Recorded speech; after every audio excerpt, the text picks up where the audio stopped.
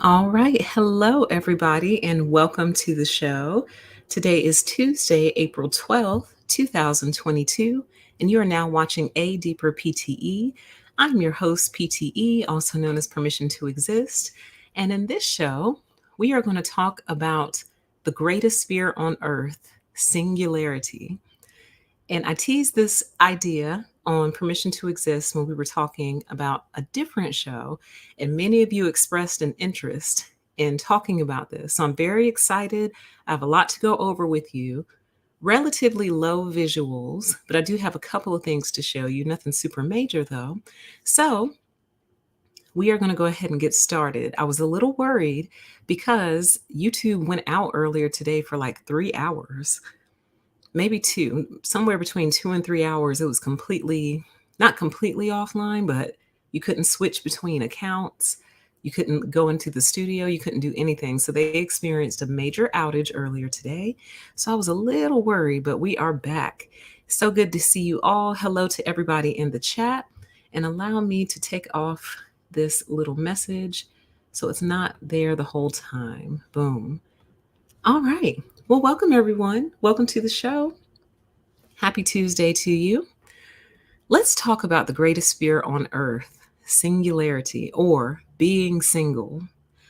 Essentially, the thought process that's driving this entire show is, why is that the greatest fear on earth? Why do so many people fear being alone or fear being single? I have some very interesting propositions. I was going to say answers, but answer implies some certainty. And I don't know, they're just theories. So I have some interesting propositions for you later on in the show. And I hope that you guys will share any insights that you have regarding this topic as we move on. So, this topic first came up on a Permission to Exist show that I'm sure most of you have seen, but we are going to watch just a tiny, tiny little clip to show where that actually came from so everyone is centered and kind of on the same page. So let me pull that up here. This guy. I know y'all didn't expect to see this guy again.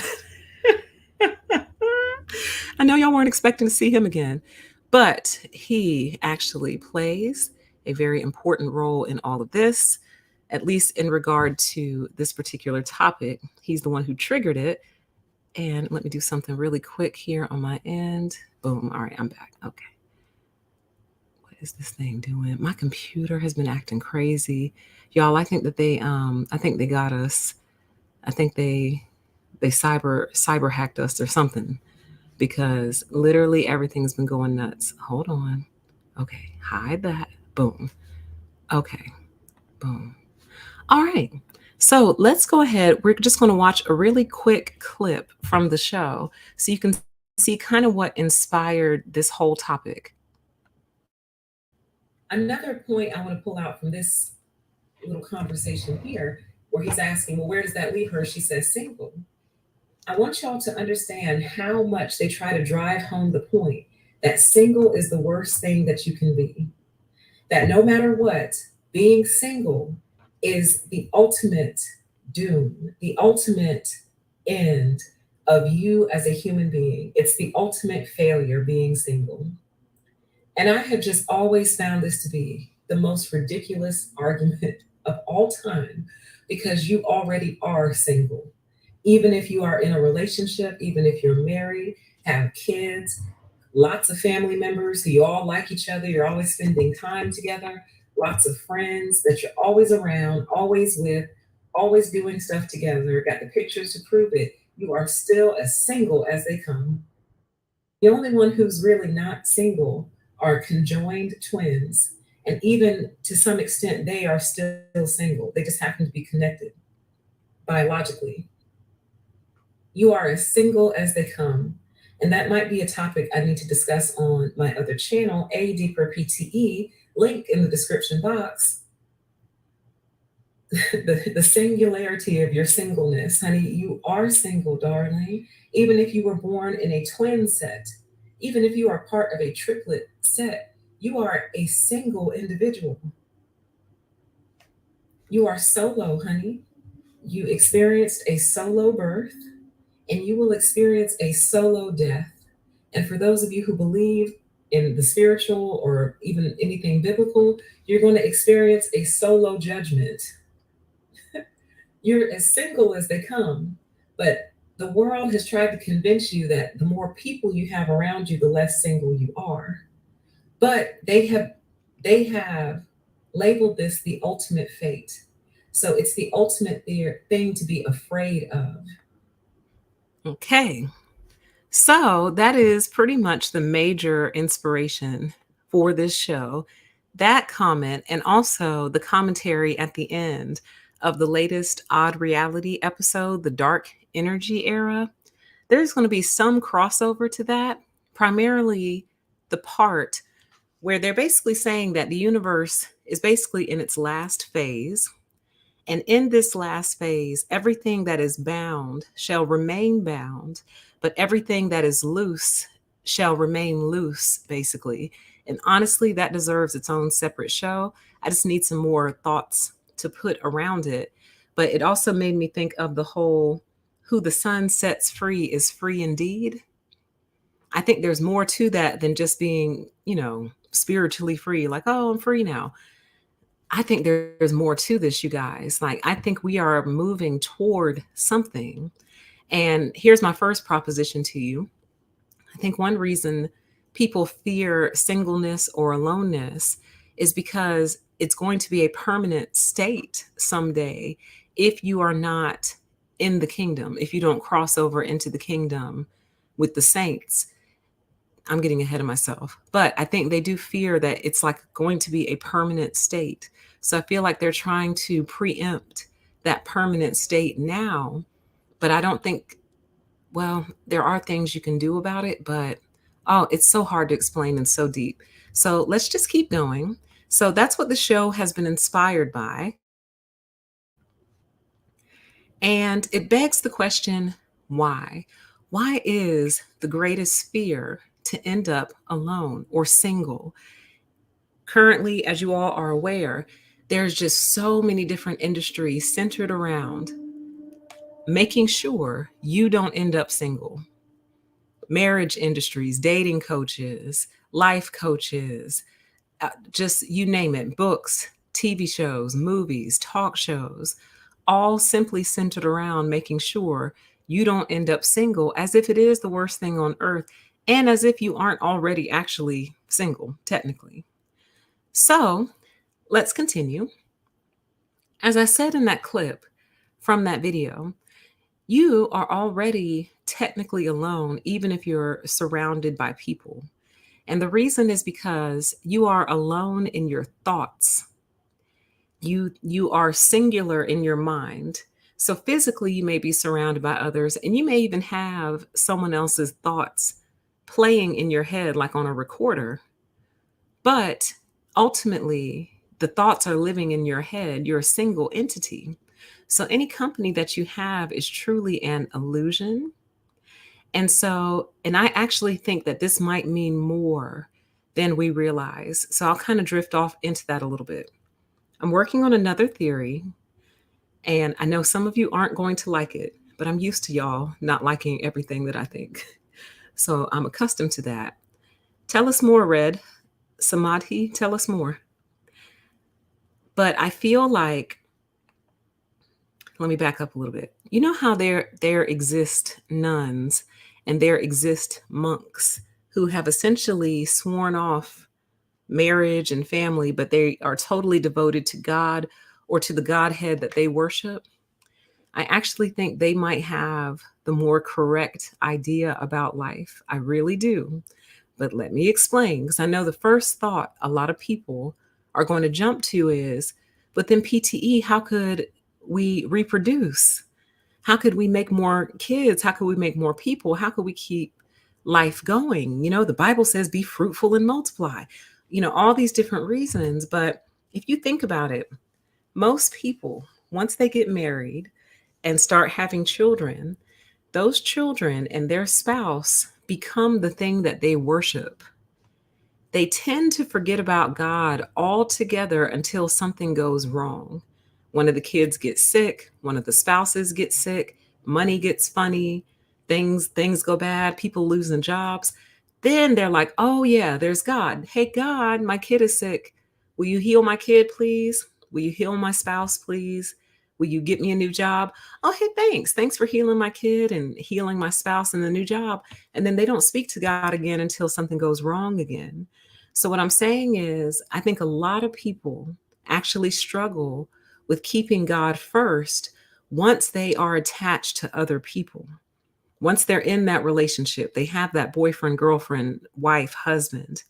Once that happens, it's like God no longer exists to them. So when I say I think the nuns and the monks might have the right idea, I think they might because, and I feel like this is in the Bible and I just can't remember where, but and correct me if anyone knows, I feel like the Bible says that we truly exist for God's pleasure, essentially. We exist to worship the Lord and fellowship with the Lord. And I could be wrong, so I'll have to verify that. But essentially, we exist for God's pleasure. So when we take our attention and focus away from God and put it on other things, those other things become idols. And on top of that, oh, interesting. I'll have to look that up. Chat says I posted a video on one of your videos about the power of solitude by Einzen Einzelganger. I'll have to look that up. So, on top of that, all company, as I've said already, is just an illusion. So, I know some of you have had the experience of living in households full of people or coming from very large families, and yet and still somehow you still feel alone. And it's because, in spite of being surrounded by all these people, we are actually alone. So, one question that I'm still working on is, well, what about those of us who don't mind it at all? What if you don't mind it at all? What if you actually quite prefer solitude? What does that mean about you? I've seen a quote somewhere that said, the person who enjoys solitude is either a god or a beast, one or the other. Let me see if I can get the exact quote. Uh, Solitude, God, beast. Let's see who said, oh, it was Aristotle who said this. And Aristotle said, where'd it go? Whosoever is delighted in solitude is either a wild beast or a god. That was Aristotle. So, interesting. The chat says, love God with all your being and your neighbor as yourself. I think that's where I'm getting that from. I think that might be where I'm getting that from. So when you take that and you pair it with whosoever is delighted in solitude is either a wild beast or a god, it starts to really kind of unpack this whole idea of solitude. So either you're a wild animal or some sort of god, because truly, probably only a god could really enjoy solitude, if that makes sense, because I feel like a god would be complete in every way. They're complete. So they don't really need anything extra to add to what they already are. That's just my theory. Would love to hear you guys' take on it. It says the Buddhist practices non-attachment.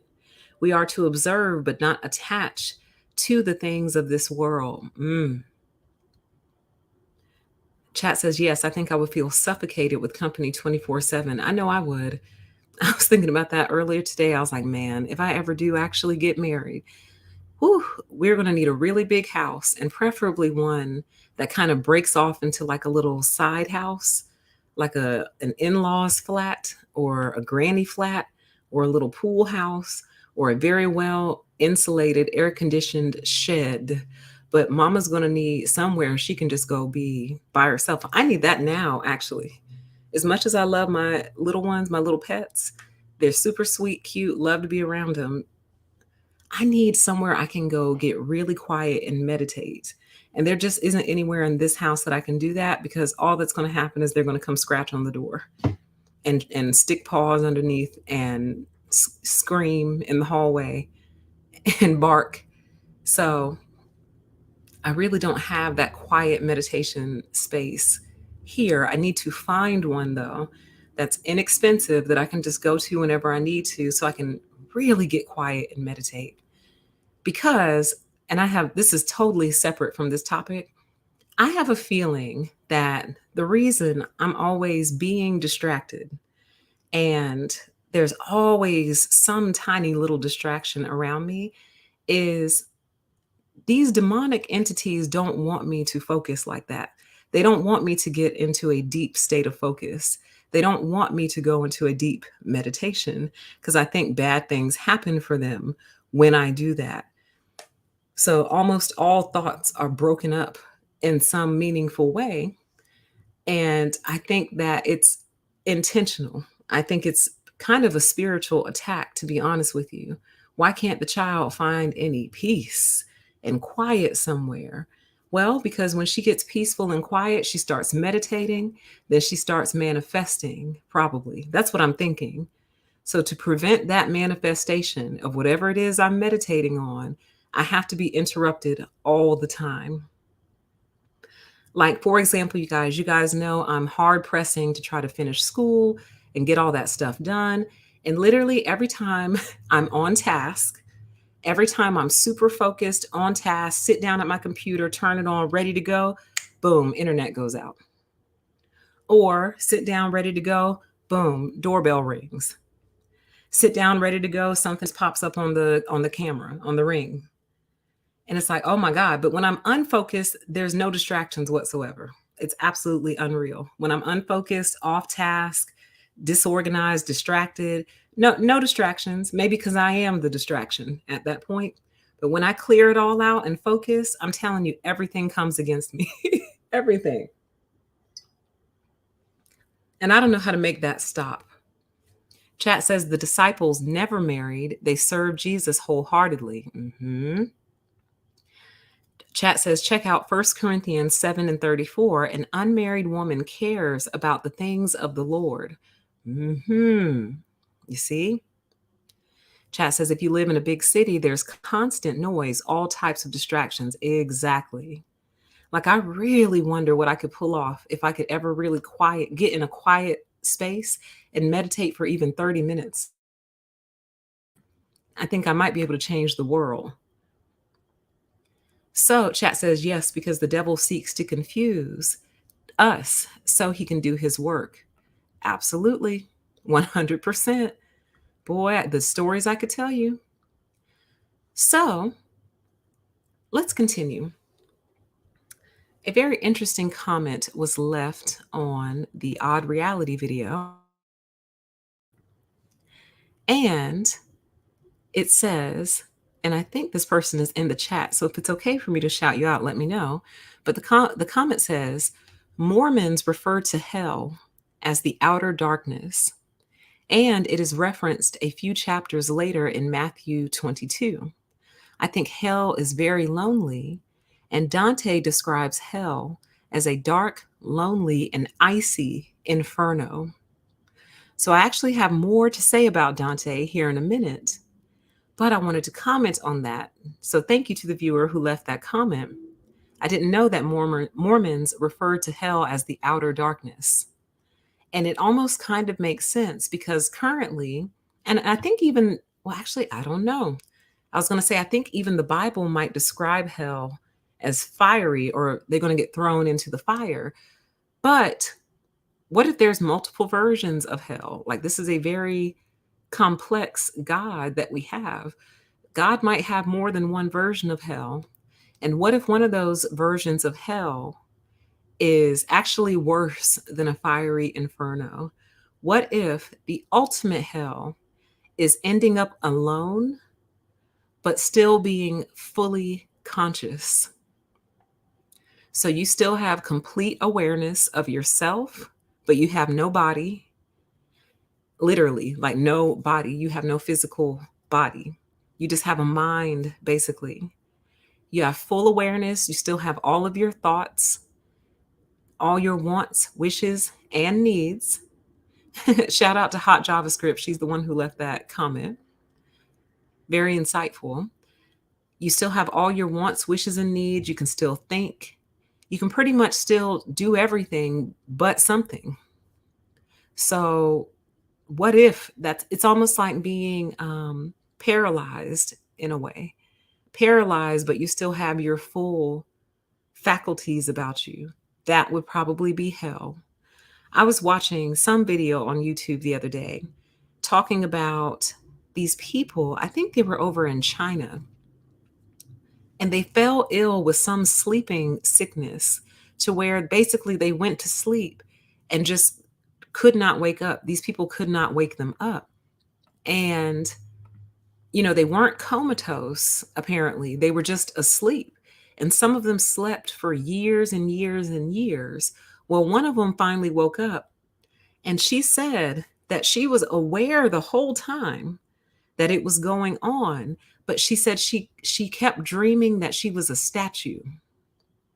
And she dreamt that she was just the statue, and that, the statue could observe people coming and going, the statue could hear, but the statue could not do anything. It was a statue. So she thought she was a statue. She dreamt that she was a statue. And apparently it got so bad at one point, she just wished for it all to end. She was like, I don't know what this is. I don't know why I'm a statue, but I would really like for this to end. I would really like for this to conclude. So, thankfully she finally woke up, but how strange, how very bizarre. Completely asleep, but aware enough to have, like, her brain built herself into a statue type situation. Like, I don't know why that creeps me out the way that it does, but it does. So, what if hell is very similar to that? What if hell is essentially being like a statue, except, you can't do anything, but you can think all day. And I feel like we talked about this somewhere before, and I just can't remember where. But you can think all day long, go to sleep, wake up. You can do everything but move, basically. And so I thought that was interesting. And then even this thumbnail, does this thumbnail remind you guys of anything? I'll let you think on it, and then I'll see if I see it in the chat, and then I'll comment on it. And if nobody can guess, then I will share with you my thoughts regarding the thumbnail. But does this thumbnail remind you of anything? Think about it. So I'll come back to it. So what if the ultimate hell is ending up alone truly? Almost like being in a dark room with no available light, but you can still hear, smell, and feel occasionally. Definitely, you can still feel all of your emotions, but you can't actually do anything. You're kind of close, Red. You're close. What does it look like? It looks like something we're all familiar with. And that actually plays into something that I think is either in literature or it might actually be in the Bible, but I'm not sure. Oh, Alexis, you're so close. So close. Alexis is closer. So while you guys are guessing, I'll keep talking. What if this aloneness, this singularity, what if this is where we actually come from? So we hear stories of people having past life recollections and things like that. But for the most part, none of us really remember or know where we came from prior to this. So what if this single point, this singularity, oh, y'all are so close. Rebound, you're close. Alexis is closer, though. She's the closest. Lady Bobannon, you're closer. Between you and Alexis, you almost got it. What if this point, this nothingness, this singularity is where we come from, and we manifest into this life through conception? But prior to that, we just existed in this single point of nothingness. And the reason we fear it is because we have a latent memory of it. We remember. Y'all are so close. Rebound, you basically have it, but what else is the sun called? What if we remember this place and we don't want to go back? Like, what if that's why we also fear death so much? Because we don't want to go back to the nothingness. A star! Yay! Rebound got it. A star. Now, here is where I'll work back in this thing that I've heard before. And again, I don't know if this comes from mythology or if I actually got this from the Bible itself, but somewhere, doesn't it say that like some of the angels are like some of the fallen angels are bound up in stars? Like they've been basically bound for an eternity and they're all stars basically. Or where am I getting that from, you guys? I'm getting that from somewhere. But here, let me see if I can answer my own question really quick. Let's go to Google. Angels bound in stars. Oh, let's see here. Let's see here. What is this? What book is this? Okay, I have no idea what book this is, but I'm just going to read what I just found. It says, and I proceeded to where things were chaotic, and I saw there something horrible. Oh, this is the book of Enoch. And I saw there something horrible. I saw neither a heaven above, nor a firmly founded earth, but a place chaotic and horrible. And there I saw 7 stars of the heaven bound together in it, like great mountains and burning with fire. Then I said, for what sin are they bound? And on what account have they been cast hither? Then said Uriel, one of the holy angels who was with me and was chief over them, and said, Enoch, why dost thou ask? And why art thou eager for the truth? These are the number of the stars of heaven, which have transgressed the commandment of the Lord, and are bound here till 10,000 years, the time entailed by their sins, are consummated. Let's see if it says anything else about the stars. That must be where, let me keep reading. Consummated. And from thence I went to another place, which was still more horrible than the former. And I saw a horrible thing, a great fire there which burnt and blazed, and the place was cleft as far as the abyss, being full of great descending columns of fire. Neither its extent or magnitude could I see, nor could I conjecture. Then I said, how fearful is the place, and how terrible to look upon! Then Uriel answered me, one of the holy angels who was with me, and said unto me, Enoch, why hast thou such fear and affright? And I answered, because of this fearful place, and because of the spectacle of the pain. And he said unto me, this place is the prison of the angels, and here they will be imprisoned forever. So that might be where I got that from. That might be where I actually got the whole angels bound up in stars thing. And it might be why we're so intrigued by stars and why we like looking at them. I mean, they're very pretty, but I've always just been stunned at the fact that like they twinkle. I'm like, the fact that you're there at all is strange, but you're doing something. You're not just sitting there doing nothing. You actually twinkle, and some of them, y'all, they turn red, green, blue, white, like they just flicker and flash all night long. And it's just like, wow, like what are you doing and why? Like, what are you? You know what I mean? So, what if the stars are already showing us like what some of our fates are going to be? And imagine being a star and you can look and you can watch everything that's happening, but you can't do anything. You can't go participate. You can't leave. Like you just have to sit there. Like, I think one reason we should fear the Lord is because the Lord can create unusual punishments for our infractions. See, some people have already made peace with hellfire. So they're like, whatever, I'll just get thrown into the fire and I'll burn. And that's really how they feel. But what if you don't get thrown into the fire? What if you get turned into a star? And then the next nearest star is millions of light years away from you. So you can't even talk to another star because they're too far away from you. You can probably see them though, but you can't talk to them. Like, what a torturous hell for a soul or for an entity. You know what I mean? Don't feel eerie, but it's something to think about though. I need to read the Book of Enoch. I've never read it before, but that came out of the Book of Enoch, where it basically said that the stars are the angels' eternal prisons.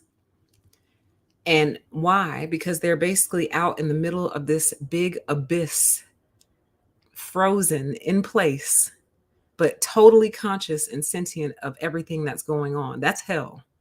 That's a special kind of hell. Okay. So there's that. So going back to something that we mentioned earlier, why do some people fear aloneness more than others? Other people have to surround themselves with people to feel secure. And then conversely, there are other people who purposely avoid others at all costs. Why is this so? And according to Aristotle, it's because they are either God or beast, one or the other, when they don't mind being alone.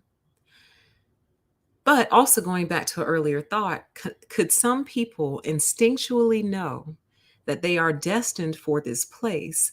Now I'm going to link this back to Dante that was mentioned in the comment that I brought up earlier. And again, that comment was Mormons refer to hell as the outer darkness, and it's referenced a few chapters later in Matthew 22.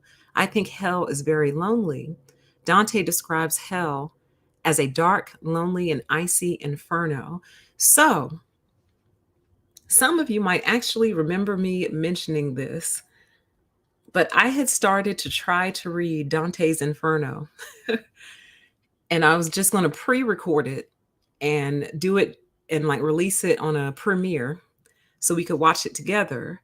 And then we were going to do a debrief. Let me tell you, I have the highest of hopes, honey. I really have the highest of hopes. I really dream big. You know what I mean? Because not only is Dante kind of hard to read, but it is long AF. And a video like that probably would have been about 24 hours long. So I had to scrap the idea. And I was so devastated because, y'all, it is so good. Oh my gosh. For us being the kind of people we are and talking about the type of topics that we like to discuss, the deep, the far out, the weird, the spiritual, Dante is like our book, I promise you, or Dante's Inferno, rather. It's like it was written for us. It's like it was written for this channel. So I just have to find a way to present the ideas in it without actually reading it to you. Dante, how long is this book? This book is, excuse me, this book is 885 pages long. So yeah, that's not going to happen. I won't be reading Dante for you unless like the sky falls and all we have left is the internet. And to keep people from going crazy, I just log on live every day and read a little bit of Dante. But unless that happens, I can't read this book to you guys. It's too big. It's too big. It's too thick. And it is too long for me to do all of that. But I definitely have the highest of hopes for you. Now, with that said, I did pull out some themes from it, from the little bit I was able to read. I was just highlighting, going crazy. And I was like, I cannot wait to discuss this with them. But I just never had a chance or got around to it. But I pulled out two concepts from Dante that I want to share with you. It's so good. I highly recommend it. Yeah, People of the Lie took a year. And that's only what, 200 something pages? So yeah, Dante wasn't happening. Chat says Black Mirror played with ideas of eternal imprisonment. It did, especially in that one episode where she imprisoned her own consciousness to make it her personal slave and assistant. Yeah. Stuff like that. I need to rewatch Black Mirror. I've pretty much forgotten every episode. So let's take a look at one concept from Dante. This one here. Uh-oh. Let's hide that. Right. So it says, well, this is from Canto 10 of Dante's Inferno. And it kind of answers the question, could some people instinctually know that they are destined for this place? That fear, that primal fear of ending up alone. Can some people already sense that that's where they're going? And could this be why?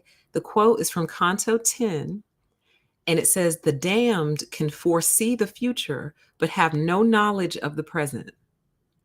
And boy, this made me not only think of this, but it also made me think of narcissists in general, like how they can construct like really evil plans, but like they seem to have no awareness of what they're doing right now. Like they lack presence of mind. So they have no clue what's going on right now, but they're always projecting out into the future, sort of kind of. In an inaccurate way, or maybe sometimes even in an accurate way. I don't know. But the damned can foresee the future, but have no knowledge of the present. So, in other words, from what I gathered, it's almost like they know they're damned. They know it, they knew it, they've known it for a long time. And they just, I guess, kind of went ahead and accepted it. I don't know, but I feel like this is important. And I wish I had highlighted more from this particular chapter so I would know. But the way Dante is written, it's written, oh man, it's so good. I can't even put it into words. He's an amazing poet. And to be honest with you guys, I've never really gotten into poetry. Not really. I don't know. I never really got into poetry like that. But this makes me interested in at least this poetry, because it truly is poetry, because he can introduce a concept early on in the canto, which is basically like a poem or song, I think it might mean. But anyway, he can introduce a concept in the very beginning and literally work it back in towards the end, and it's perfectly balanced and it makes perfect sense. Like, I can't explain it. I'm like, wow, he brought that full circle. Wow. So anyway, I need to finish reading it, but this made me think of that. The damned can foresee the future, but they have no knowledge of the present. So it's almost like God has just turned off their present knowledge. It's like, don't even worry about it. You know where you're going. Absolutely. I was going to say that, but I was like, nah, I'll pass up the opportunity. But since the chat says cough, cough, cough, some manosphere, cough, cough, same thing. Some of you saw the post I made earlier on Permission to Exist with Cam Newton lamenting the fact that women can't cook and don't know when to shut up, basically.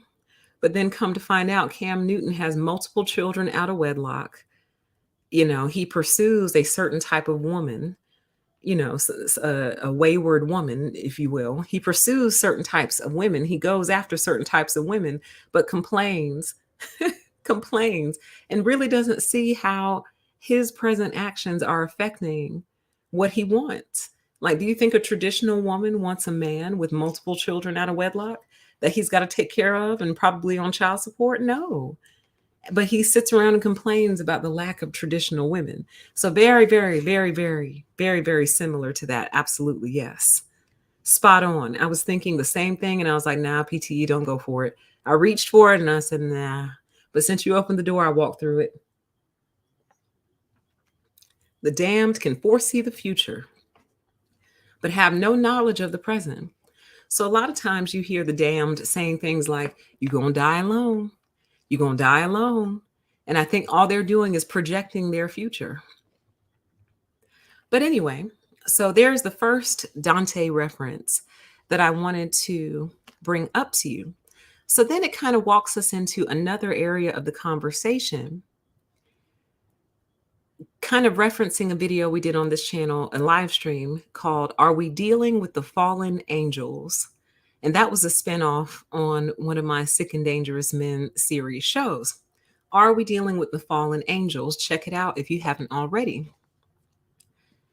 It makes me think of this, and it makes me think, could the reason that they cling so desperately to relationships and the idea of relationships and always have to have somebody they're attached to or someone attached to them. Could the reason be they're always in need of supply because they indeed have already been cut off from the source and they know it. And the closest thing you can do to substitute that is just to try to get as many people around you as possible to try to convince yourself that you're not as alone as you really are or are going to be. Could this also be why so many of them are so angry and violent? They've been permanently cut off from the source and are set to roam this planet for a specified amount of time, only to end up in the singularity. So after all of this, you're going to end up in the singularity. And could it be possible that they know this on some core level, some soul level? They know there's no going back. That there's absolutely there is no redemption. And so this is why they're always seeking supply from other people. This is why they're so wild and like just anxious. There's a certain angst about them, like a desperate clinging, a desperate searching, like somebody who's been permanently cut off or like somebody who's been kicked out of their home forever. But the worst part about that is not only that you got kicked out of your house, but that at the end, in the end, you're going to end up in the singularity. Meaning all other souls who were either redeemable or righteous to begin with, they're going to go on and live in heaven with God. But you are going to be a singularity who gets to sit and watch it all happen. And you can't do anything about it but sit up there and twinkle or whatever they do. Now, some people say that heaven is an actual place. Now, that could be a separate show. But some people say heaven is not going to be like we're floating around with wings and like harps and just circling God all day, worshiping and singing praises. You know, there is going to be worship and praise, but I think that worship and praise will be natural because you'll be so glad that you made it. You'll be so happy you made it over. You won't have any choice but to shout. But some people say heaven is an actual place, that we are going to have homes. And that kind of speaks to Jesus saying, in my Father's house, there are many mansions. Some people say there's going to be like roads. I assume we'll have some form of transportation. But what if heaven is essentially earth as it should be, or earth as it was intended to be? And what if we're on like a testing ground to see, do you even deserve heaven? Do you deserve it? Have you earned it? So, for example, if God gave you a small house, but it's yours here on earth, maybe just 2 bedrooms, 1 bathroom, that's kind of small for a house, but you take care of it like it's a mansion. The Lord might look upon you and say, okay, then you're deserving of a mansion. You've earned a mansion because you cared for this house as if it was a mansion. So you understand what's important. Or, you know, maybe you walk down your street every day and you pass litter and you just walk by it because your thought process is, well, I didn't put it there, so I'm not picking it up. And you walk by it every day and you could easily throw it away. It's not like it would be hard for you to throw it away. It'll be easy. And you just walk right past it because you didn't put it there. Well, then do you really deserve the super clean streets of heaven? Probably not. Chat says Amazon's Solo's Truths of What It Means to Be Human anthology series spans our present and future and illuminates that even during our most isolated moments, we are all connected to the human experience. Is that a TV show? It sounds very interesting. Chat says, to me, creating from the darkness of your mind and bringing your ideas into fruition is creating your heaven on earth. Very interesting. Chat says, reminds me of the show Forever. Chat says our bodies are supposed to be restored, no suffering, no more sickness or death.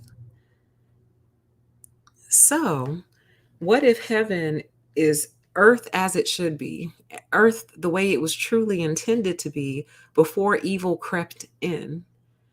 And heaven is going to be rewarded to those who either did the best they could, took care of what they could here on earth, or basically people who have earned it, people who have really shown that you won't destroy heaven, basically.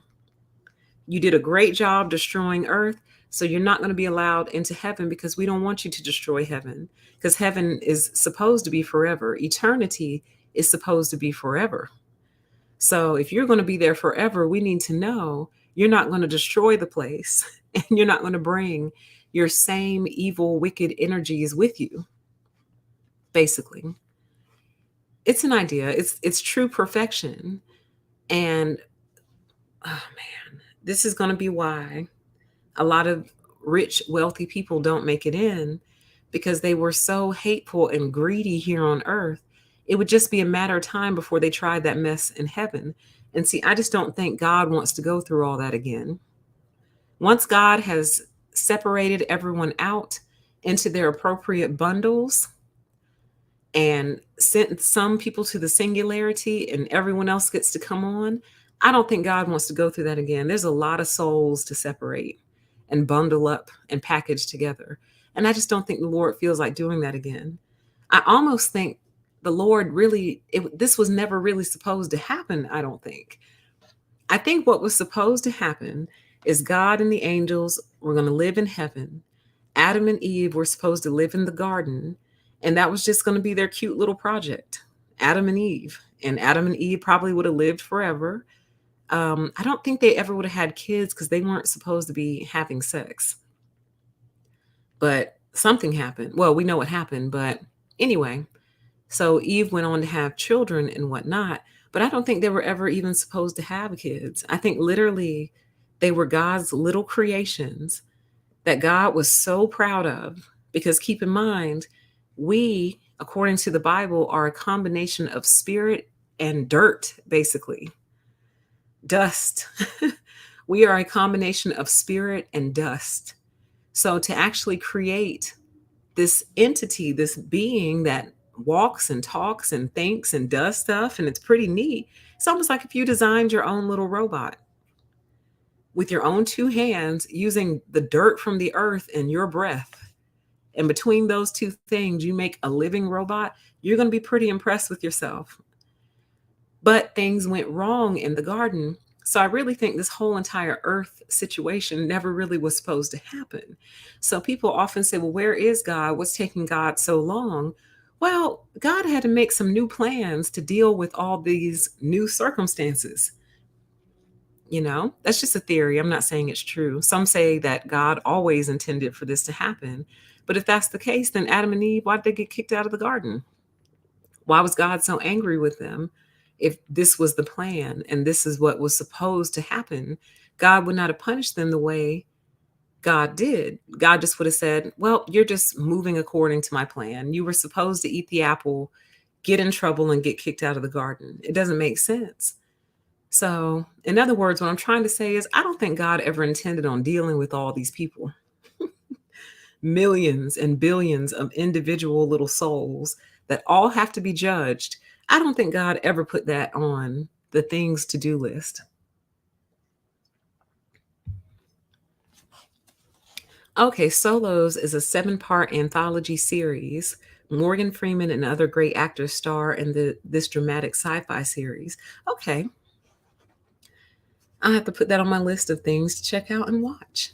It sounds good. I love that kind of stuff. I like fantasy, like spirit fantasy, like things that are trying to explain the universe and the world, because I'm truly fascinated by it, you guys. I think about it pretty much all the time because I'm just intrigued and I'm not really satisfied with their answers. Because I feel like a lot of times they're just making stuff up. So when I'm scrolling through the news, I'll see an article that says scientists have discovered a brand new galaxy. And I'm like, yeah, okay. It's not that I don't believe them. It's just like, I don't know. I I'm not really satisfied with their answers, basically. Like, I just saw a picture of the other side of the moon just the other day. And I actually might make that one of the odd reality episodes in the future. But I was like, huh, that's what it looks like, huh? Interesting. How come we don't see it all the time? How come y'all don't send us pictures all the time? Why isn't there a camera on the dark side of the moon? Shouldn't y'all have a camera up there that's just recording 24/7? But you don't. Why? They claim that Chinese space rocket crashed into the dark side of the moon and they assume it left a crater. Well, why are you assuming? Y'all don't have cameras up there? Where's the satellites? Satellite can't just roll through there and take a picture? Don't get me started, you guys. Don't get me started on that moon. We might do a separate show on the moon one day. Um, because I really need to know why in broad daylight I can see the moon. But more than that, why can I see through it? Why can I see the blue sky through the moon? I can see clear through it to the other side and I can see the sky. So why is that? But anyway, we'll talk about that another day. Let's continue. So going back to the Dante reference, there was another reference that I came across when I was doing my attempted read, and I said, girl, no ma'am. And this one is in Canto 5. And it basically says, their sin was to abandon themselves to the tempest of their passions. So they are swept forever in the tempest of hell, forever denied the light of reason and God. Whew. So y'all, this book is so interesting. Let me just talk about it a little bit. One of the things that stood out to me from the little bit of reading I did do is that people in hell walk in circles all day. And in Dante's Inferno, they walk around in circles all day. So they just lap, they just walk. You remember how the track used to look in high school? And your gym teacher would make you go around it 4 times so you can run a mile. That's basically what people in hell do, but all day. They just go in circles, doomed to repeat. And man, that hit me hard. They are doomed to just repeat, repeat, repeat, repeat, repeat. So repetition is part of hell. So another thing that stood out to me from Dante's Inferno was, and this makes me think of the odd reality episode, The Dark Energy Era. In Dante's Inferno, whatever you are attached to in this life, you are attached to in hell.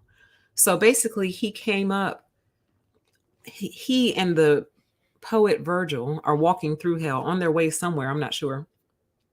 And they came across this couple, and this couple basically were codependent on each other in life. And now they are codependent on each other in death. And I was like, oh my God. Oh my God. I was like, you got to be careful who you marry, honey. Whoo. You got to be careful who you bind yourself to. Because what is bound here on earth appears to be bound in heaven and bound in hell. So if you were enmeshed and codependent and bound here on earth, you're going to be bound in hell also. So, like, I can't even put words to it. And I forget what their exact whole thing was. But basically, the point was he was her obsession and she was his. So now they're bound and obsessed with each other and they just walk around hell together all day long. Yeah, that would be some crazy karma, wouldn't it? And only some of you will know what I'm talking about when I say this, but it made me think of mammies and how mammies are eternally bound to men who mean them no good, mean their children no good, mean society no good, but the mammy stands in defense anyway. The mammy is going to be bound to them in heaven, or oh my gosh, bound to them in hell. Y'all, don't get me started. If y'all want me to do like a review of Dante, you got to let me know. And the way I'll have to do it is I'll just have to read it first and then just do like a summary and just give you my thoughts based on what I read. There's no way I can read this to you, even though some parts of it I want to read to you so bad because they're so good. Like at one point, they're passing through, and the people in hell are trying to like grab at their feet or something like that. And they're like, please, please get me out of here.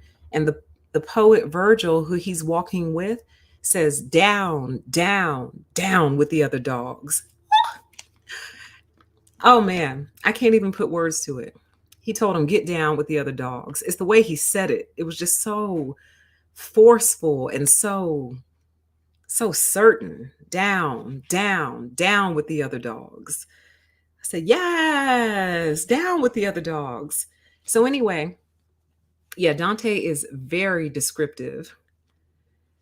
Right. So chat says, talk about repetitive. How about Easter, Christmas, Thanksgiving, every year? Isn't that being bound to repetition? You can't put new wine in old wineskins. Absolutely. So then that doesn't that kind of give you understanding and rise to the understanding of why some people say like God doesn't like holidays, like God doesn't like your pagan holidays. God is not impressed. God doesn't think that's cute because it's a ritual and you're bound to it. And what happens when you miss it?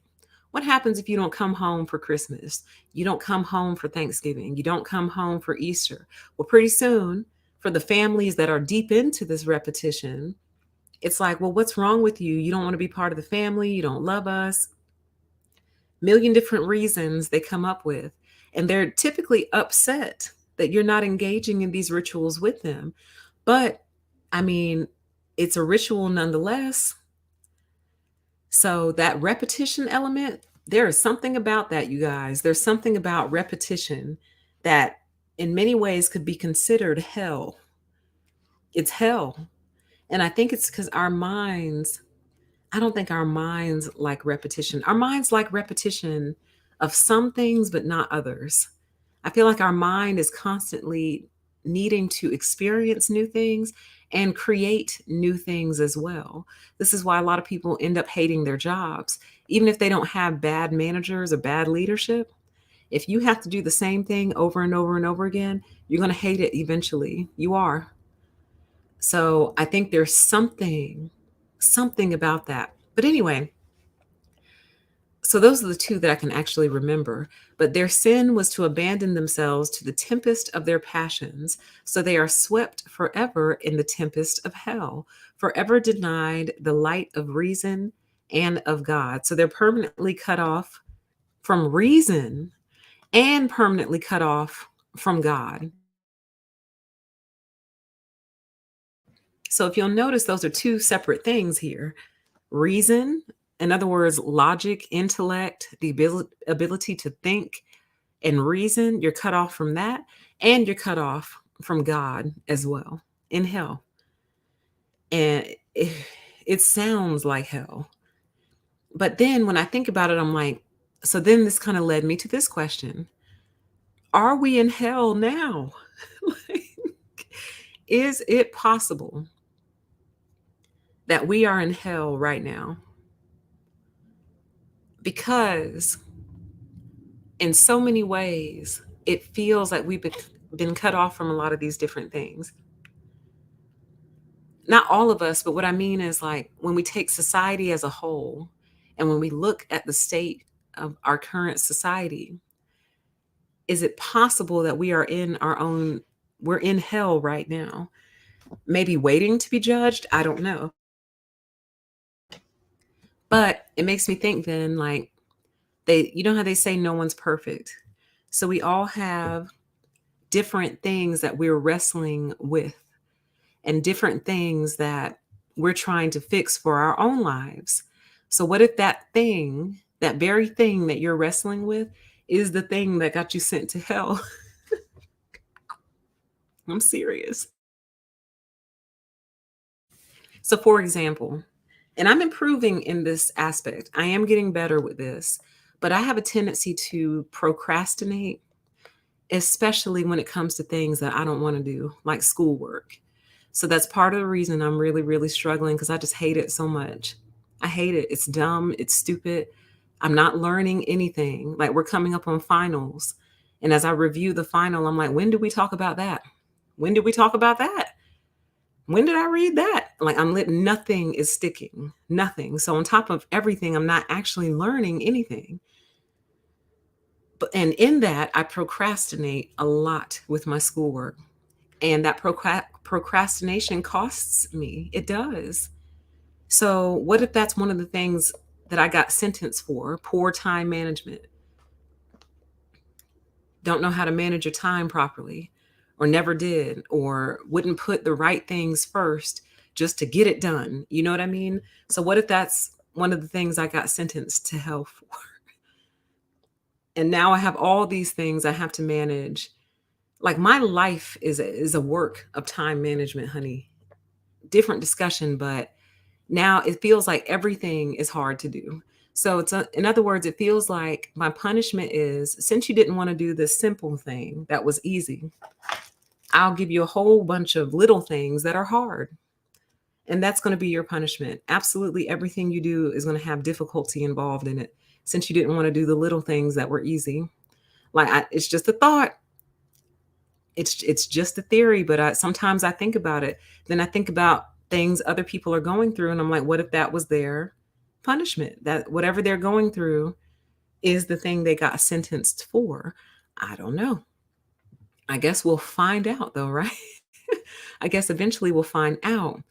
But wanted to bring y'all that from Canto 5 from Dante's Inferno. Their sin was to abandon themselves to their passions, so they are swept forever in the passions of hell, forever denied the light and reason of God. So deep. So deep. Can barely put words to how deep Dante's Inferno is. So I'll work on a way to get this presented to you in a fashion that doesn't take a year. Okay? So there's that. And then I wanted to share with you guys something I wrote actually back in August of 2021 when I was first attempting this little project of mine. And I wrote, "The endlessness of endlessness." And it was basically a theory on what death is, why we die, and why we're even born. So here's what I wrote. I said, death is actually the consciousness's removal from the body. So your consciousness gets removed from your body. And unlike what other people might think, when you die, instead of you experiencing nothing all the time, what if you're actually awake all the time? So in many ways, being alive kind of gives you a break from that timelessness. And if we are all God's children, then I could definitely see us getting on God's nerves by basically being awake and being around all the time. So it's like, I need to give you something to do. And what I'm going to do is give you a little life project. And I'm going to have you be born, and you're going to live 99 years. And for 99 years, you won't bother me, basically. But it's almost like sending your kids on a field trip or summer camp in a way. You ship your kids off to summer camp. So what if death is, or what if what happens on the other side of death is we are simply awake all the time? So then that would mean the body is like a break from timelessness, which sounds great, right? Everyone says they want to live forever, but I don't think you really understand what that entails, because truly, from the moment you were born, it's been one continuous stream of consciousness. The only thing that breaks it up are you going to sleep and the different days, weeks, months, years, daytime and nighttime, to give you the illusion that you're not actually awake all the time. But you absolutely are, because even when you're asleep, you're alive, you're awake, you're conscious, but just not in a normal way. You're conscious, well, you're unconscious, but you're still conscious. You're alive, basically. You're not dead when you're asleep. And that's the only thing that really breaks up the nonstop timeline from the minute that you're born, really.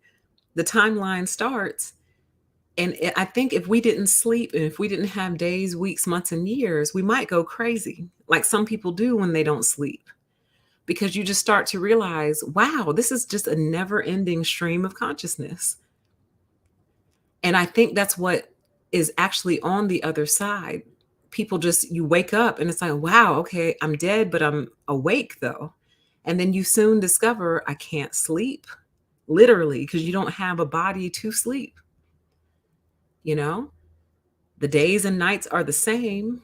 Everything is like just a nonstop, endless stream of timelessness and consciousness.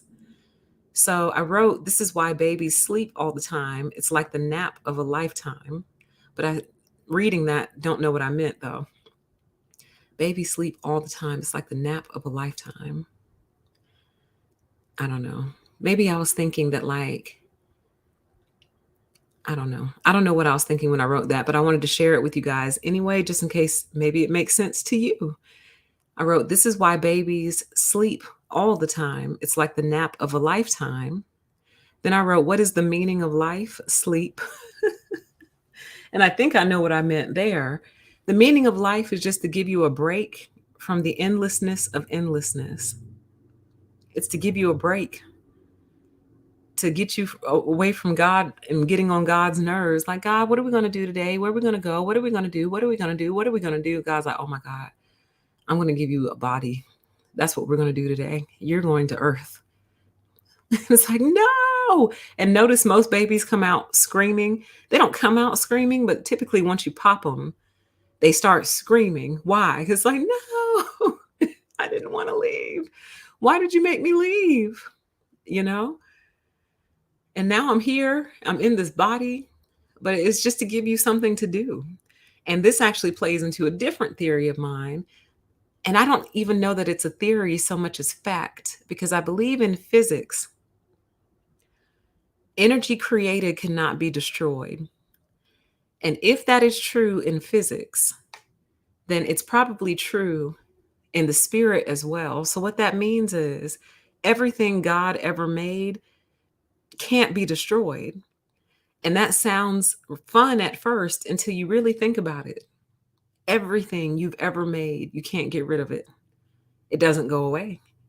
So what do you do with it? How do you preoccupy millions of souls? Oh, well, I'll just send you to Earth for 100-year spans at a time. That'll give you something to do, give you some sort of purpose before you come back and you're like, oh, wow, I remember this place. Oh, Earth was just a break. So I'm back. Hey, Mom. Hey, God. What are we going to do today? Where are we going? Are we going to go on a field trip? It's like, oh, God, I got to give this one another life. I got to send this one back. This one gets on my nerves because you can't get rid of it. Once it's made, you can't destroy it.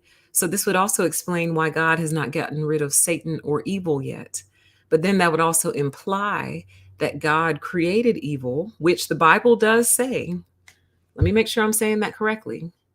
That God created evil for God's purposes. Let me see. God created evil verse. Let me see here. Pretty sure I'm accurate about that. Yeah, Isaiah 45:7 in the King James Version of the Bible. I form the light and create darkness. I make peace and create evil. I, the Lord, do all of these things. So if God created evil, that means evil can't be destroyed, because I don't think anything God makes can be destroyed. And that's a huge problem. That's why I think the universe is so big, if it is as big as they say it is. I think it's that big because God needs somewhere to put all this stuff, basically. So if you don't ever want to see something again, then I need to send you several light years away into that galaxy way over there. And I'm going to tuck you way over there. Since I can't actually destroy you, I will just send you far, far, far away from me. And you stay over there.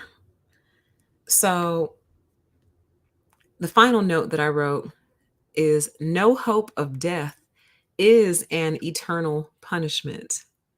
So, and I made a note. Apparently that's in Canto 3. Let me see if I can find that real quick. Oh, it doesn't look like I highlighted it.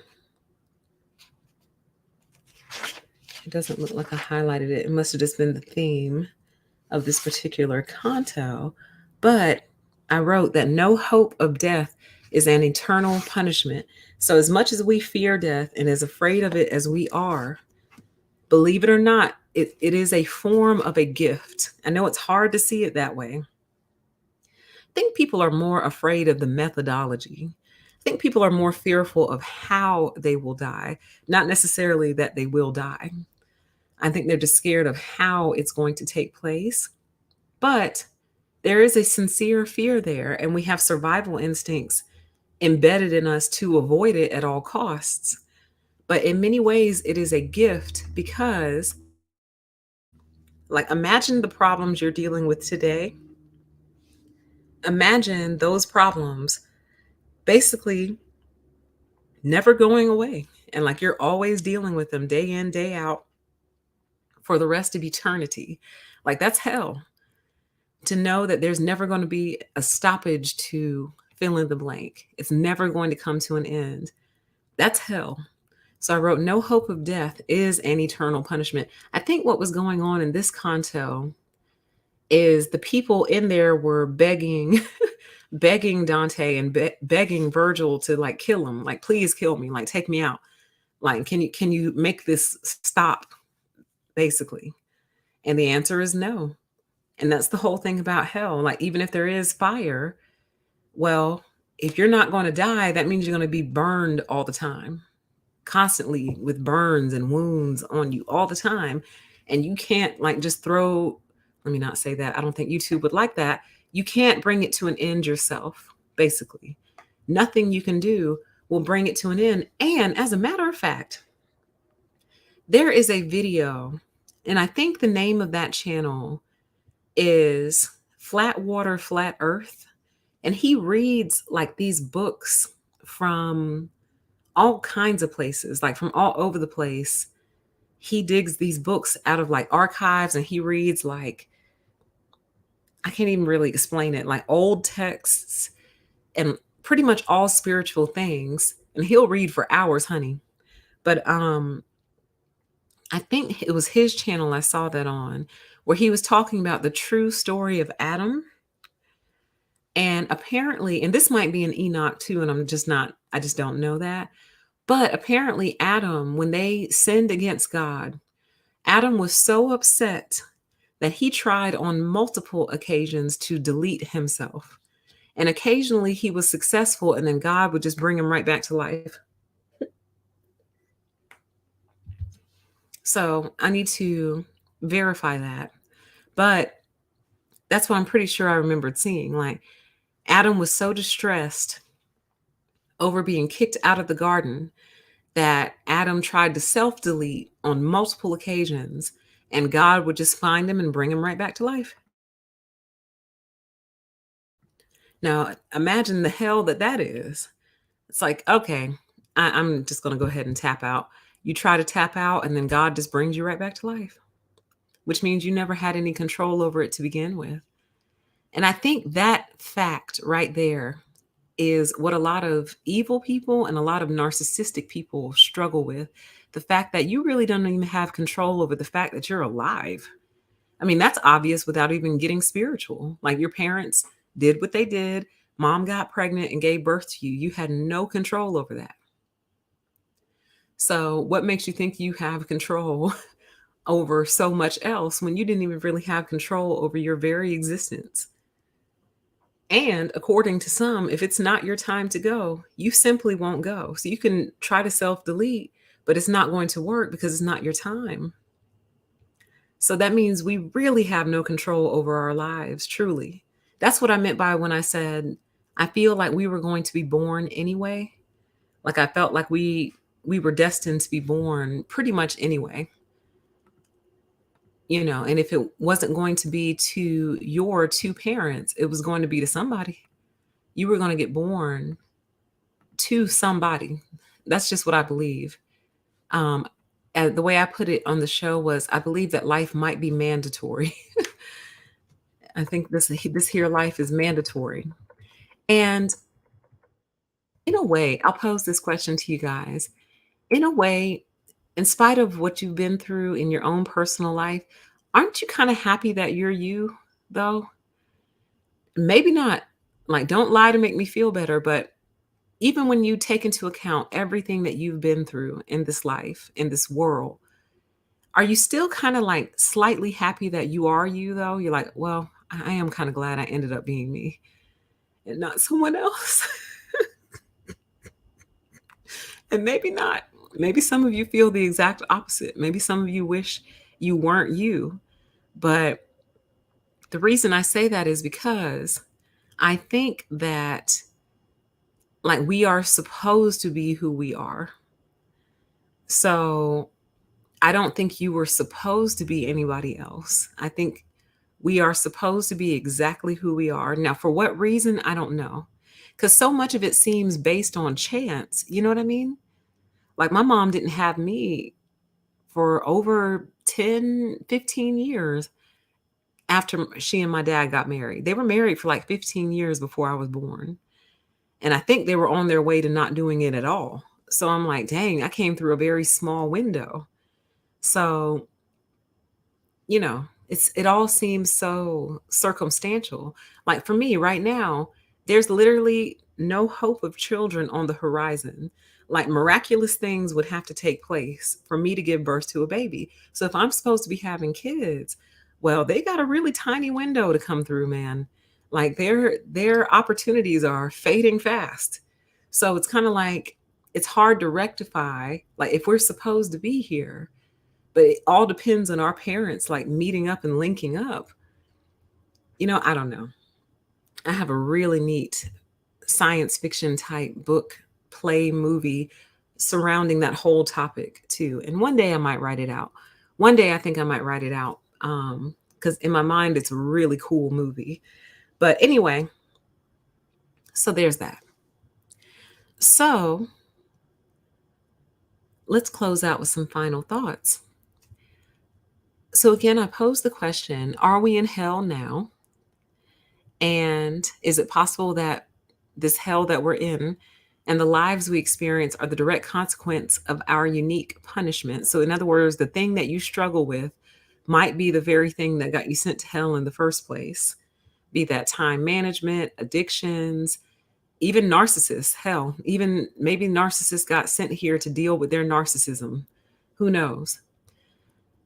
And because, I think according to the Bible, pretty much all sin is the same. So if you're a person who wastes time, in God's eyes, you're just as bad as someone who takes life. Like you're both off course. You're both not living correctly. Neither one of you are living correctly. So it's not like your sin is better than his and vice versa, even though here on earth, we assign grades to sin. Like, oh, that was a simple sin. Oh, that was a really bad one. And I think to God, it's like, no, it's all off. It's all wrong. You're all wrong. It's almost like if everyone in your orchestra is playing the wrong note, the song is not going to come out correctly. It doesn't matter if she's pretty close and he's almost got it. If you're not playing the correct note, the song is not going to come out correctly. So it doesn't matter who's more right or more wrong. You're all wrong. That's why my song is messed up. Do it again. I'm just kidding. So let's see here. So that naturally begs the question, well, what about rich and famous people who seem to never suffer? They don't seem like they're going through anything. They're always covered, always protected. They never fall, basically. And my response to that would be that hell is going to look different for different people.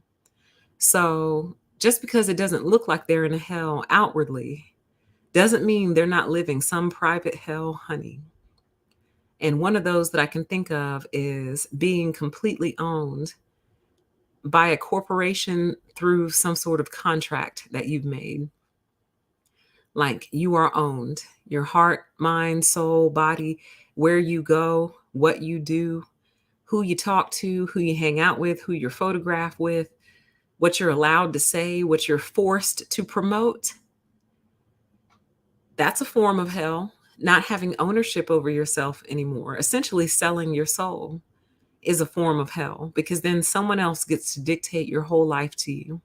So even though they're millionaires, they can't do what they want to do. They're owned.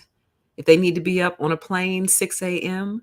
to go do an early morning interview in another city, you better get up. Don't feel good? Well, put on some extra makeup. Go on out there. The show must go on. Have a different opinion? Well, you better keep it to yourself. It's not what we pay you to say. So it's just something to think about. Just because someone appears to not be going through anything doesn't mean they're not. And also, individuals like that often end up with issues that money can't fix. And to me, that is a form of hell that can't be quantified.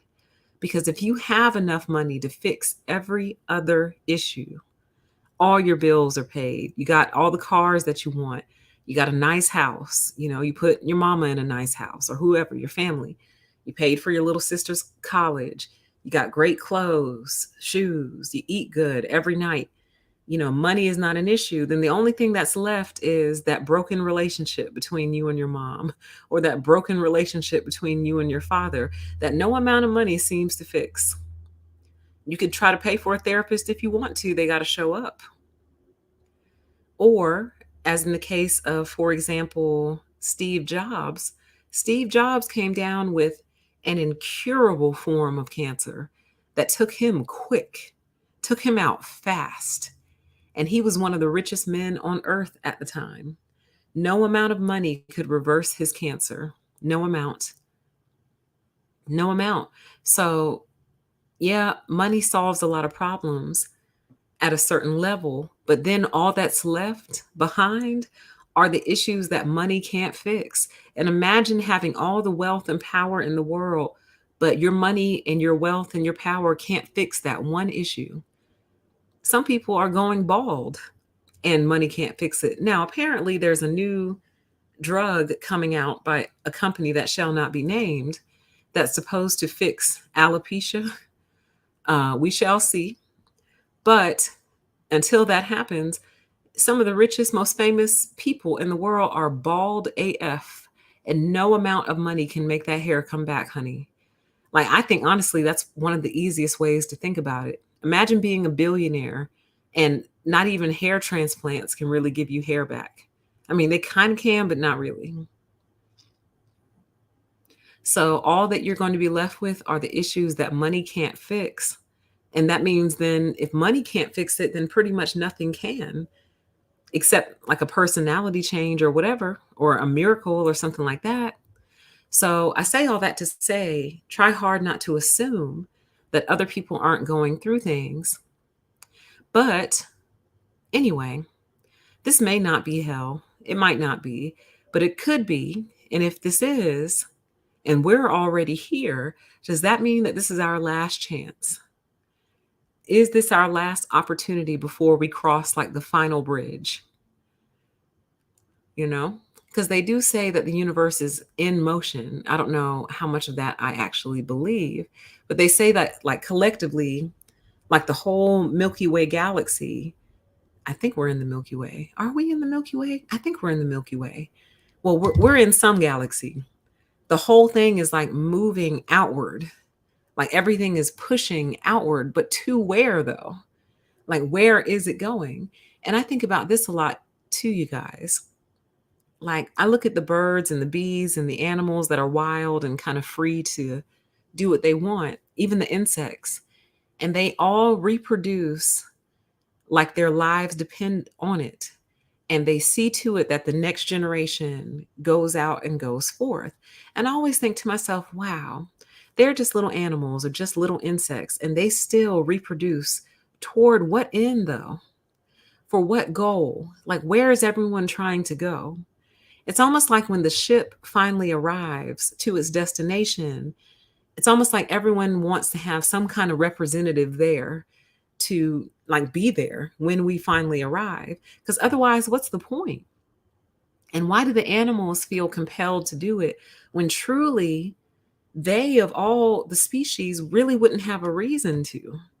Like, you would think human beings would be the one trying to build into the future and push their genetics into the future. But pushing it towards what, though? Toward what end? Like, what are we exactly trying to see? And it makes me think about how they wandered in the wilderness for 40 years. Yeah, they wandered for 40 years, I think, before they reached the promised land. So it makes me wonder, are we all just slowly winding our way towards the promised land, and then we're literally going to like show up to it one day? I don't know. But I am completely fascinated by it all of it. I love thinking about it. I love entertaining just the what ifs. I love trying to put together different puzzle pieces and stitch this together and stitch that together, compare these two things and see if I can get anything out of it. Absolutely love talking about this stuff. Oh, we are in the Milky Way. Wonderful. Well, apparently the Milky Way and all other galaxies are moving outward. So they say the universe is expanding, meaning like well, and just like in that video, we are drifting away from whatever point we came from. We are drifting away from it more and more each day. So,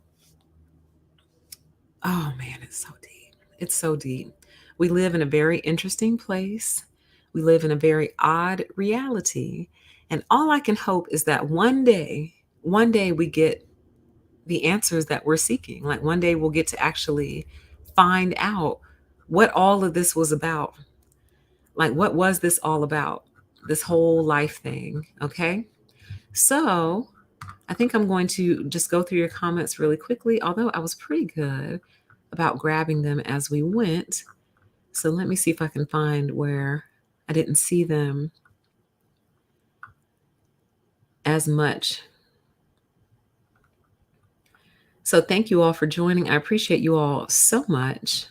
Let's see here. I pretty much saw those. Interesting. It says that's why astrology is considered the occult. Makes you wonder why they don't really want us thinking about, wondering about, or even looking at the stars. Makes you wonder. But never mind, I'm not going to say that.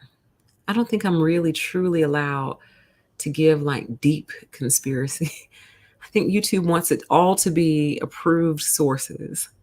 So we'll see. I might eventually end up doing shows on Odyssey for a deeper PTE, so I can give those raw, uncut theories without worrying, because y'all know I'm already on thin ice with this channel. So I have to tread lightly. Let's see here. It says, or this could be the reason that it's our souls knowing that without source, you are alone, right?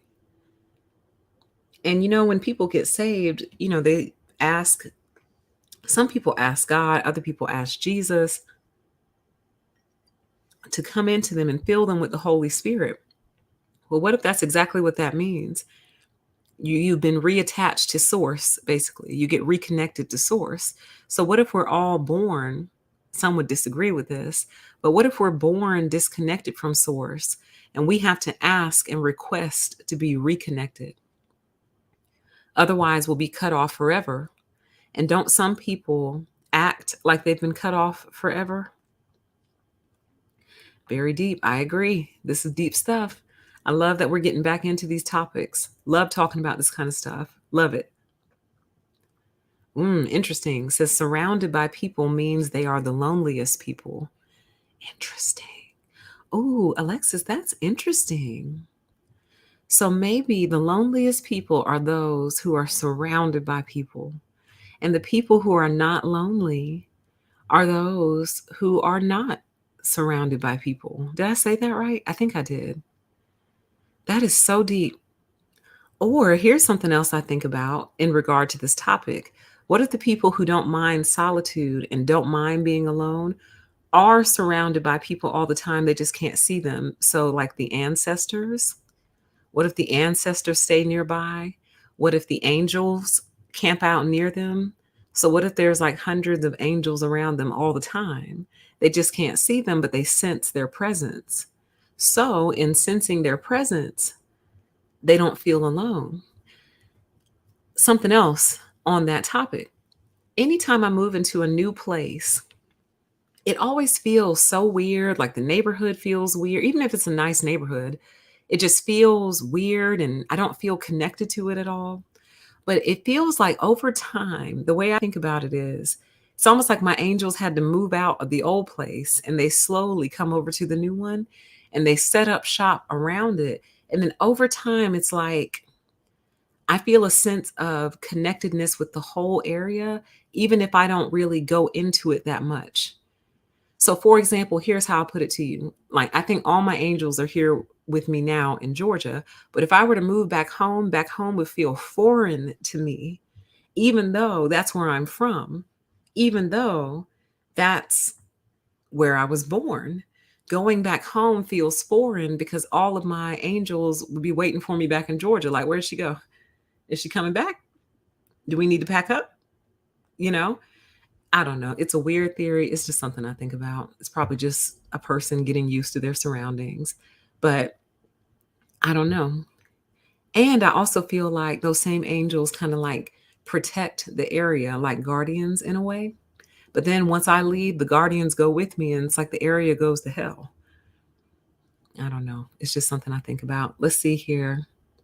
Yep, same reason that Satan tries to take as many souls as possible, right?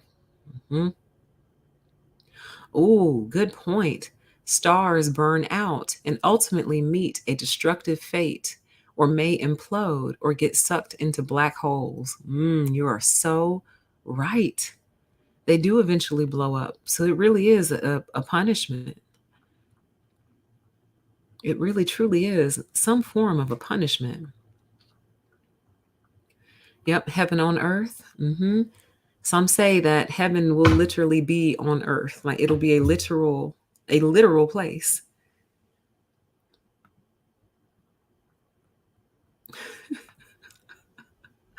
It says earth is too ghetto to be heaven for me. It needs a facelift, right?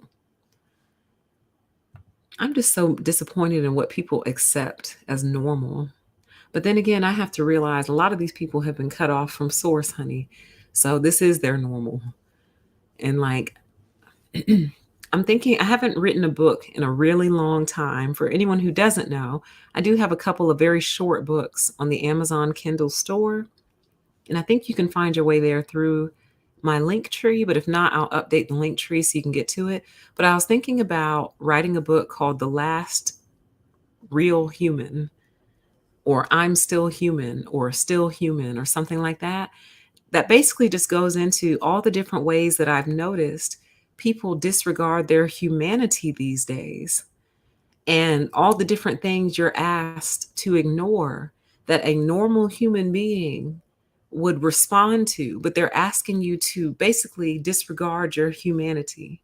So I'm really thinking about doing that, but y'all know me and my million projects. The book of Revelation says that heaven will be on earth. I knew I got it from somewhere. That's interesting. It's almost like it's going to descend upon the earth.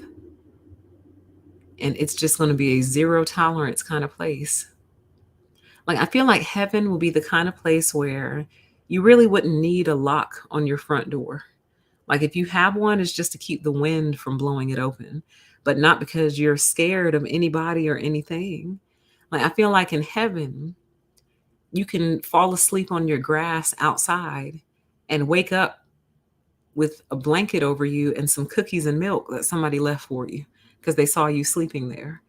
And they just put a blanket over you and put some cookies and milk by you and walked off and went on about their business. And you wake up to a brand new blanket and some cookies.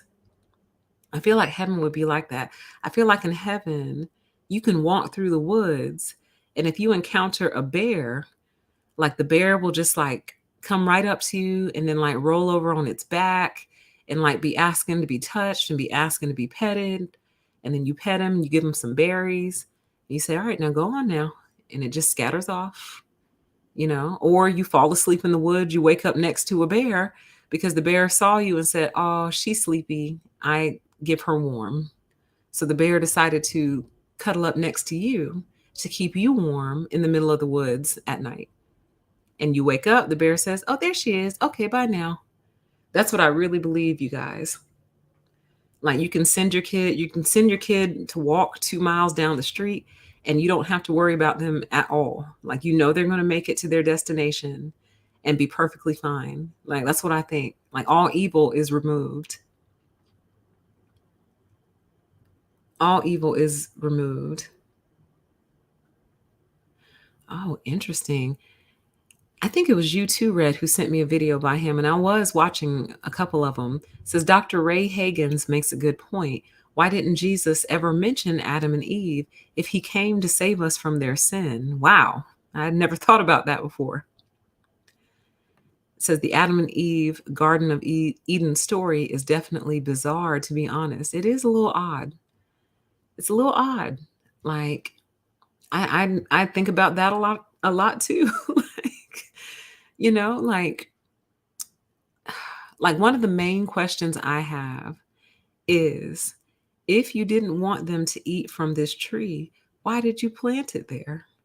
Why not either plant the tree somewhere else or just put the garden somewhere else and put them in it? Like, it's almost like, why set them up for failure? You know what I mean? I don't know. And I've heard a lot of different answers to that, lots of different interpretations, but it's like, if you didn't want them to eat it, why did you put it there?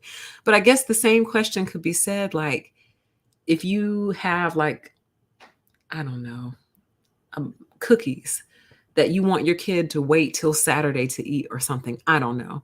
And you buy the cookies, you bring them in the house, and then you put them like on the top shelf of the cabinet and say, don't touch these cookies until Saturday. And then Saturday comes and all the cookies have been eaten mysteriously. It's like, well, your child should have enough respect for you and enough self-control to resist the cookies until Saturday. But my whole thing is, why not just wait till Saturday to buy the cookies? But then I guess your kid would never get an opportunity to show respect and would never get an opportunity to show discipline and restraint, you know, if you never even give them a chance to test it. So I don't know. I don't know. It's very, very interesting. Interesting. It says, I believe the intention, I believe in the intention. How else would creation know good from evil with no yardstick? So, in other words, if you have nothing to compare it to, how could you ever know that you were good? Right? You got a good point. How do you know you're well behaved if you don't even really know what the rules are or what's good or bad? It says, PTE, I love your moon beef. Listen, I got beef. I got beef with what I've been told, with what I see on a nightly basis. For example, the other day when I was staring at it in the crystal blue sky, it was at not crescent. What's the one where it's completely in half with that straight line that we're not going to talk about, that straight line though, with that straight line going straight down the middle? Well, it was turned on its side though. So picture the letter D, a capital D turned on its backside. So the straight part is flat and the curved part is up above it. And I'm like, now see, now how did you turn like that though? In other words, the line, the straight line that was going across was horizontal instead of vertical. Now, why are you horizontal today? Last night you were vertical. Today you horizontal. Why? Like, why? Ain't nobody twisting around like that. Nobody's rolling. The earth isn't rolling around like that. But today you got a horizontal half mast, but last night you had a vertical half mast. What's the deal? I just need to know. Like, I need to understand what my eyes are seeing. Okay. It says Venus has been in the news. Ooh, for what? For what? For what? Is it doing things? I need one of these planets to do something. I need answers. I want answers in this lifetime. Regarding the moon, it says, could it be the sky's reflection? It could be, but then why is it reflecting though? I thought the moon was solid. What are you reflecting? Are you made out of metal? You made out of plastic? What are you made out of? The astronaut said it rang like a bell when they landed on it. Don't y'all get, that's gonna be an Odyssey exclusive. I'm gonna have to make that one an Odyssey exclusive, I think. All right. It says, "Isn't that what the zombies are here to do? Rote living?" I think so. I think so. Or they're literally just put in our way to test us. Like, oh, these are already dead anyway, honey. They're already cut off. But let's see how you react to all these zombies around. Maybe they're just put here to test us because they're very easily used. So just like Satan can use an empty vessel, so can God. So maybe that's what they're for. Let's see here.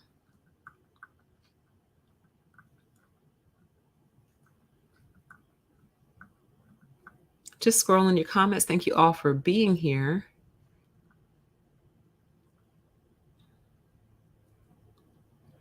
Interesting. It says, I think we need an opposite to stay out of complacency.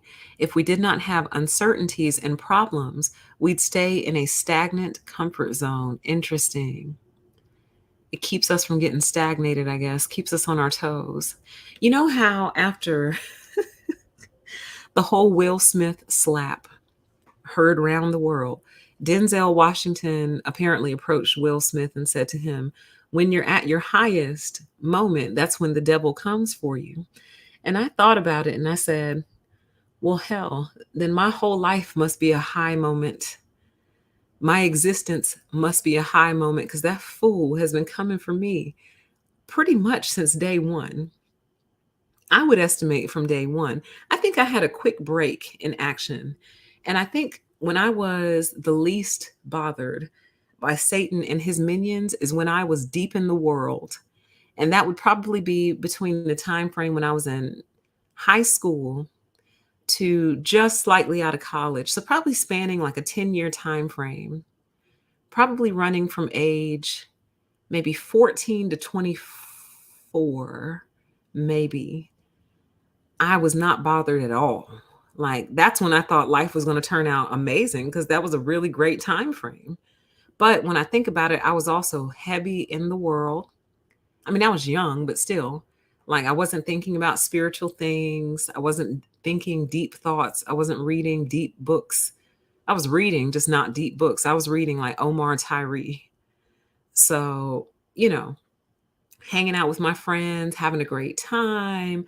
Like I was very invested in the world during that time frame and I literally wasn't bothered very much at all.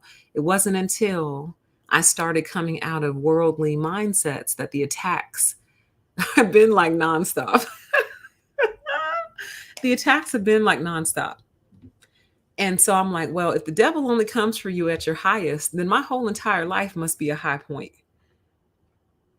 My whole entire life must be a high moment because wow, man, like I get bothered about stuff that's just like, why are you bugging me about this? Like, leave me alone.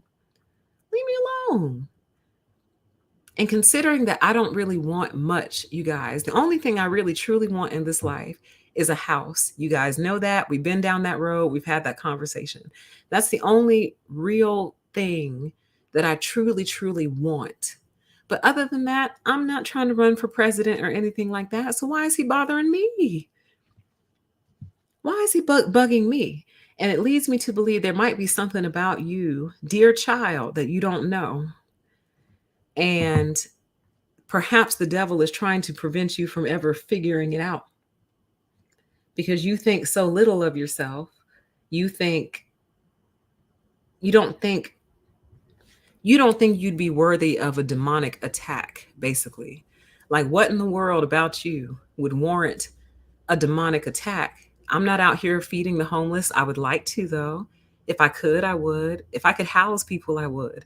If I could put people in homes, I would. Like I would help so much if I could, but I can't. So it's like, well, why do you bother me? What are you bugging me for? And it just leads me to believe there's something I just must not know. I just don't know it. Either don't see it or I don't know it. But they do.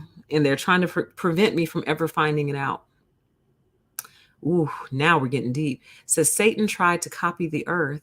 And that's what we're living in is a copy. And that's what I think is hell. We are involuntarily trapped and we're waking up to this. Now we're getting deep. So I think you're right, or at least your theory aligns with another theory of an individual who's been banned from YouTube. So I'm not going to say his name, but his initials are DI, and he's very controversial. But he basically says that in ancient literature, the archons are the ones who designed this earth that we're on. And the archons are mimics and they are copycats, and they cannot produce anything on their own, but they can take what you've made and manipulate it, basically. So if you gave an archon a blank sheet of paper, the archon cannot do anything on that blank sheet of paper. But if you gave the archon a painting, the archon can then take the painting and manipulate it and destroy it, basically. But they can't create anything on their own. And that is one of the theories, that this earth is indeed some sort of copy, like some sort of false copy of the real thing. And then the whole involuntarily trapped thing, like, whew, that is so deep, man. That's really, really deep. And we might have to go deeper into that too on a different show. That we got here by mistake, or we accidentally got here, or I don't know. But that's fascinating. We're going to have to talk more about that. We're going to have to talk more about, yeah, Earth is like boarding school. It's like, oh my God, all these kids, they don't go to sleep. They never sleep. They never stop talking.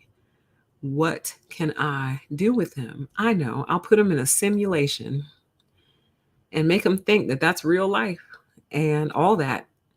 And let them do that for about 100 years or so, and then bring them back and be like, so how was it? Did you like it? You bored? You still bored? Says PTE, if you haven't already, you might like the late Dolores Cannon and her theories. Never heard of her, but I will check her out. Thank you for the recommendation. I know all about Eckhart. Maybe we need to review A New Earth also. So I read that book years ago, and I thought that book was so good. I gave that book as gifts to people, including one of my exes. And I wonder sometimes if he still has that book. But I gave that book as gifts to people. It was so good. A New Earth. I'll link it in the description after the show. And I'll link the version of Dante that I have, the Divine Comedy. It's actually called the Divine Comedy, but people call it Dante's Inferno, which is one part of 3. All right. Let's see what else we got.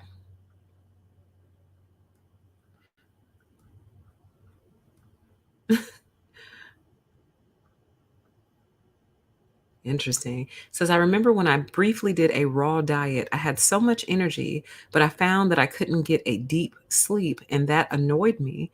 I missed that deep sleep.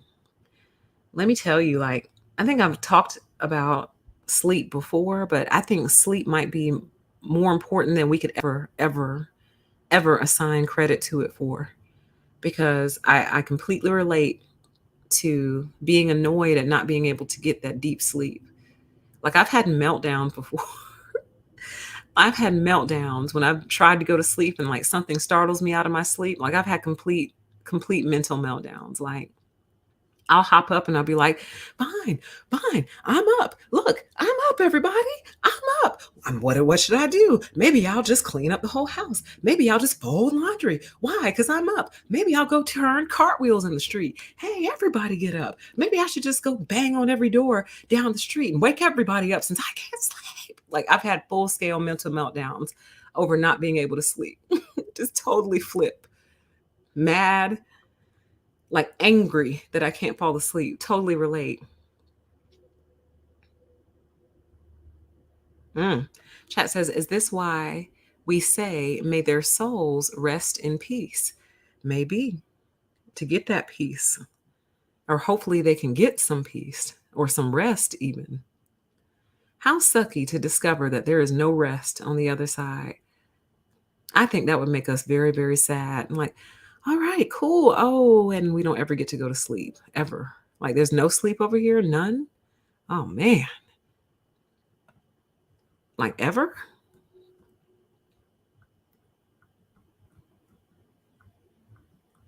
Still just scrolling your comments.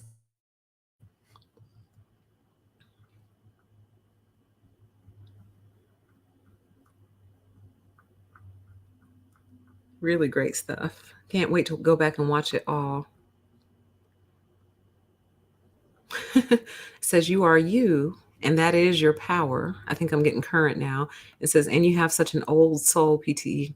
Honey, I'm like 900 years old. Okay. I'm 900. And sometimes I look at pictures of myself and the look on my face as a baby, it's just like, Lord have mercy. We're here again. And my mom says when I was a baby, I would just sit on her lap and she'd just be holding me. And you know how moms would just kind of rock you a little bit with their leg or whatever. And I would go, just a deep sigh. She's like, sometimes you would just sit there and you would just let out a little deep sigh. And I just think it's so funny. I'm like, how you got worries and you're like 6 months old? What you sighing about? But I think I just knew the magnitude of the mission. I think I knew how much I had up ahead of me. And I was just like, and I still do that to this day. I still deep sigh. I still deep sigh. And I just think it's funny that I was doing it as a baby. It's like, what was I so worried about at that age to where I could produce a deep sigh? I just think I knew how long the journey was going to be, man. I think I just knew.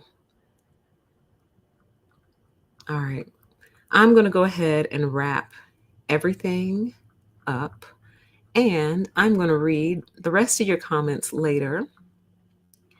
As you all know, or you should know at this point, the live chat sometimes takes about 24 hours to appear. So when this show ends, you more than likely will not see the live chat. And I'm very sorry about that. Still don't know how to fix it. I don't think it's anything I can fix. So there's that. And there's a slight possibility the video itself might disappear. So make sure you grab the link before you click out. Or if you got the email, you will have the link in your email that I sent you if you're on the mailing list. So that's how you can find your way back to it. But if you're like me and you like to watch it all at once, live chat and the show and all that good stuff, you'll probably have to wait about 24 hours to see it. Okay. And hopefully one day they will fix that little glitch.